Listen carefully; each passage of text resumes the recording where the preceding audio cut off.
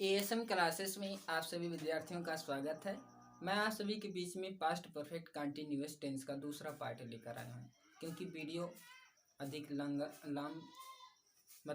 होने की वजह से छोटी छोटी वीडियो में मैं आपको पार्ट करा रहा हूँ। तो यहाँ देखिए, पास्ट परफेक्ट कंटिन्यूअस टेंस की पुनः पहचान पढ़ेंगे और नेगेटिव सेंटेंस पढ़ेंगे। तो यहाँ देखिए, पहचान क्या है। इस टेंस के वाक्यों में काम का जारी रहना भूतकाल में पाया जाता है। वाक्यों के अंत में रहा था, रही थी, रहे थे आदि शब्द आते हैं। वाक्य में समय भी दिया रहता है। मतलब जो आपका पास्ट परफेक्ट कंटिन्यूअस टेंस होता है उसमें समय भी दिया रहता है और वाक्य के अंत में रहा था, रही थी, रहे थे होता है। तो जब वाक्य में समय दिया रहे और वाक्य के अंत में रहा था, रही थी, रहे थे रहता है तो पास्ट परफेक्ट कंटिन्यूअस टेंस होता है।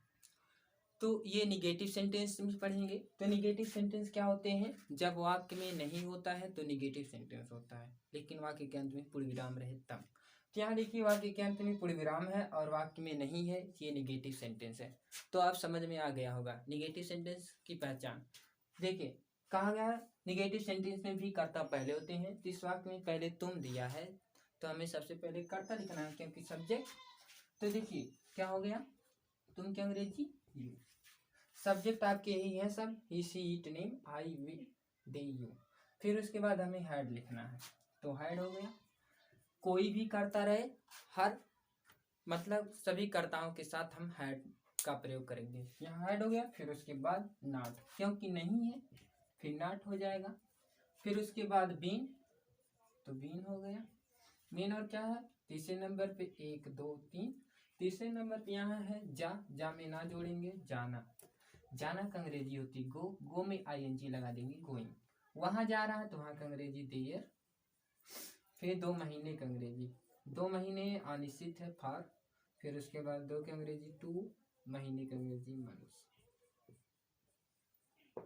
तो समझ में आ गया होगा, फिर से समझा देते हैं। ये देखिए, तुम है, तुम के अंग्रेजी यू, और यू के बाद हैड, फिर नॉट क्योंकि नहीं है। फिर उसके बाद बीन लगाना, बीन लिखने के बाद मेन वर्ब में आईएनजी, तो मेन वर्ब क्या, गो, गो में आईएनजी लगा दी, गोइंग। वहां का अंग्रेजी देयर हो गई। 2 महीने का अंग्रेजी फॉर 2 आवर्स। तो समझ में आ गया होगा।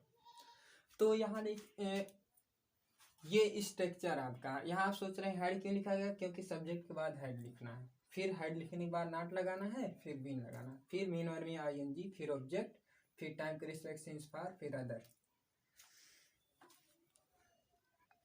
तो यहाँ देख सकते हैं क्या है, मैं मंगलवार से एक पत्र नहीं लिख रहा था।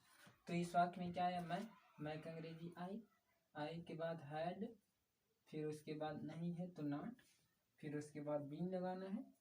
फिर मेन कहाँ है, 1 2 3। तीसरे नंबर पे लिख है, लिख में ना जोड़ेंगे, लिखना। लिखना का अंग्रेजी राइट होती है, राइट में आईएनजी, राइटिंग। एक पत्र क्योंकि मेन वर्ब में आईएनजी लिखने के बाद ऑब्जेक्ट लिखते हैं, तो ऑब्जेक्ट क्या है, एक पत्र हो गया। मंगलवार से निश्चित है इसीलिए सिंस लगेगा। फिर उसके बाद सिंस ट्यूजडे, अंत में फुल स्टॉप। तो समझ में आ गया होगा। ये देखिए, सबसे पहले हम ये देख लेते हैं कौन सा टेंस है। तो यहाँ वाक्य के अंत में क्या है, था है, तो आपका क्या हो गया, पास्ट। समय दिया है मंगलवार से, तो परफेक्ट। रहा है तो कंटिन्यूअस टेंस। और ये निगेटिव सेंटेंस है, क्योंकि वाक्य के अंत में पूर्ण विराम है और वाक्य में नहीं है। तो जब वाक्य के अंत में पूर्ण विराम होता है और वाक्य में नहीं होता है तो वो निगेटिव सेंटेंस होता है। तो समझ में आ गया होगा ये कौन सा टेंस है, कौन सा सेंटेंस है। फिर उसके बाद देखिए, मैंने अनुवाद कर दिया। मैं अंग्रेजी आई के बाद हमें हैड लिखना है, हैड लिखना। फिर नई अंग्रेजी नॉट हो गई, फिर बीन लिखना था। फिर मेन वर्ब में आईएनजी, मेन वर्ब तीसरे नंबर पे रहता है तो राइटिंग हो गया। फिर ऑब्जेक्ट लिखना था, ये लेटर हो गया, एक पत्र के। फिर मंगलवार से, टाइम था मंगलवार से, तो सिंस हो गया, निश्चित है। फिर उसके बाद मंगल का अंग्रेजी ट्यूजडे। तो समझ में आ गया होगा। अगर समझ में आ रहा है तो वीडियो को लाइक कीजिए, कमेंट कीजिए, और चैनल पर आप नए हैं तो चैनल को सब्सक्राइब कर लीजिए, बेल आइकन दबाना ना भूलें ताकि नोटिफिकेशन मिलता रहे। तब तक लिए जय हिंद, वंदे मातरम। मिलते हैं नए वीडियो में।